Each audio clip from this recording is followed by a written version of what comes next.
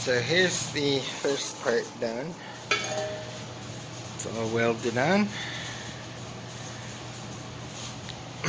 This is all welded up. So right now I'm getting all the crap off it. We're going to polish it, get it nice and shiny, and then heat treat it.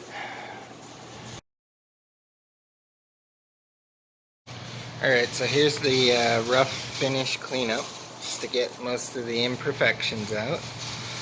Next one will be finer. I think this was 400. So the next one we'll ramp it up a little, probably 800, and see how it comes out. Alright, so here it is all shined up. Next we're going to heat treat it.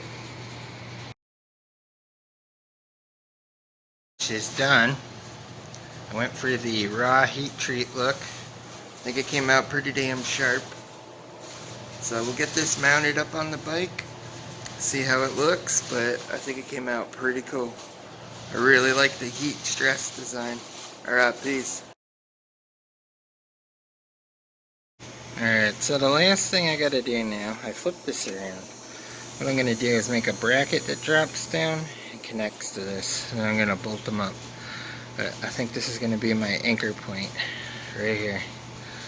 So that'll come. But all in all, this came out awesome. Very pleased.